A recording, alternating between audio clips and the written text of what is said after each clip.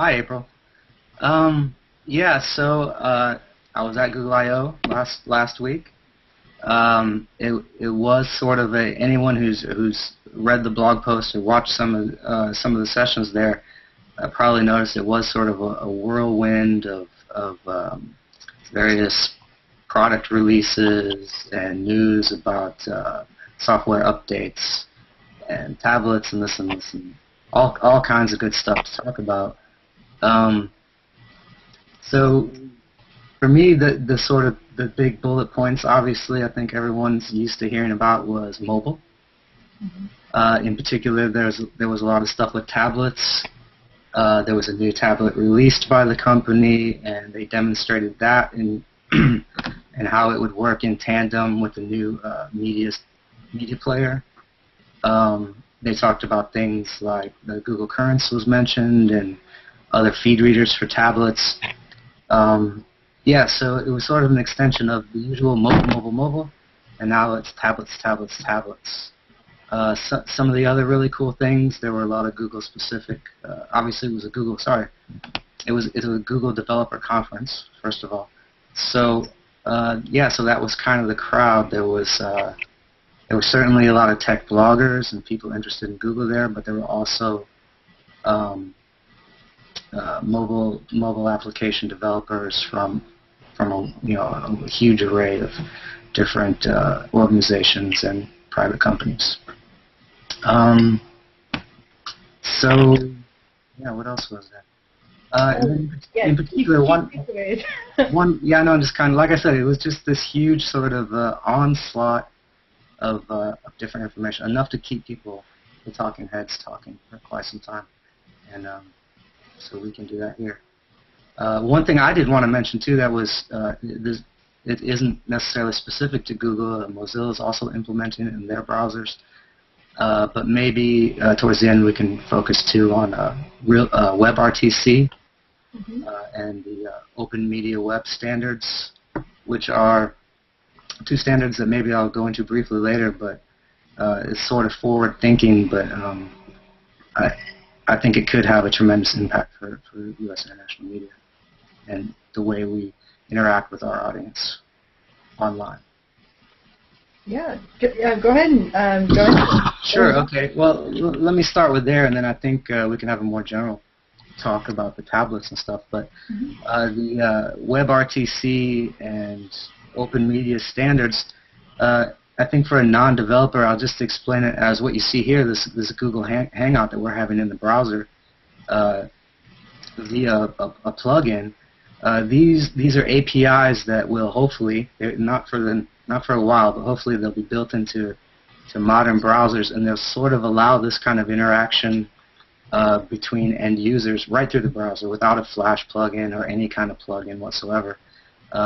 So if you can just kind of imagine the ability to get a user's webcam and have this conversation, as well as with WebRTC, open up a peer-to-peer connection between any number of users solely through the browser, it opens up a lot of interesting new possibilities for having a conversation with your audience online.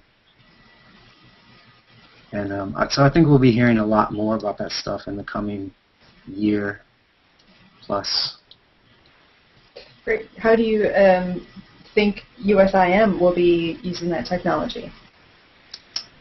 Well, that's a good question. It's something certainly I'm very interested in getting started on. Like I said, this is a new thing. It's still on the drawing board. It's being implemented in Chrome, and the presenter there at Google I/O said it should be in Mozilla Firefox by the end of the year, and I think it's starting to gather steam. So it's very experimental at the moment. But like I said, as far as how exactly USIM could use it is sort of just limited by our imagination, and hopefully we can start experimenting with these new tools sooner rather than later. Were any of the other tools that were mentioned during the conference, are they going to be key players in the immediate future in USIM, for USIM, or is it more long-term? I think a lot of the stuff was kind of forward-thinking. I'm not sure. Part of the problem was, again, is they had their big, fantastic keynote speech with the major product releases and stuff. A lot of the other things, especially for developers, that were really interesting were sort of less key. Not focused for developers. Very important for our organization. Just for example, they talked about this Google Hangouts, the API. I can imagine this kind of thing is a really cool tool for journalists. They talked about things like the translation toolkit, which is sort of a tool that you use to manage an application's localization files, so you can have an application in multiple languages. Stuff like that is obviously pretty cool for USIM.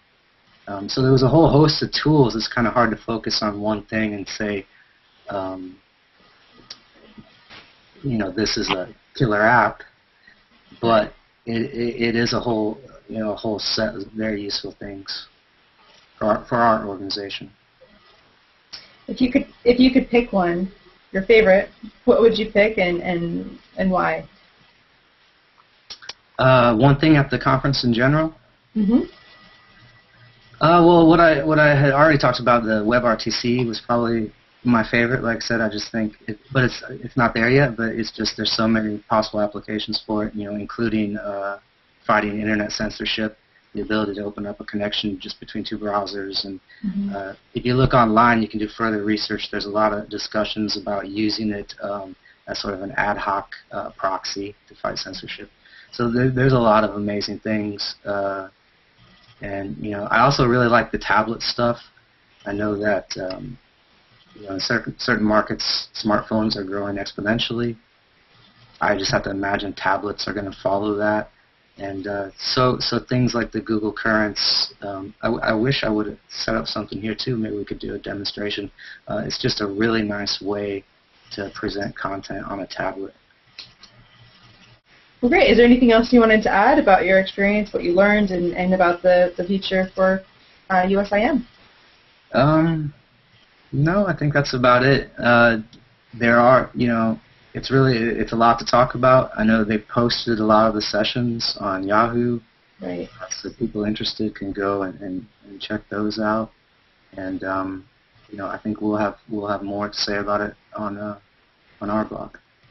Great. Okay, we'll include a link to the session so people can watch and see what you're talking about and kind of just develop their own opinions about how they'd want to use the tools. But I appreciate you talking to us and look forward to all the fun stuff that's delivered in the future.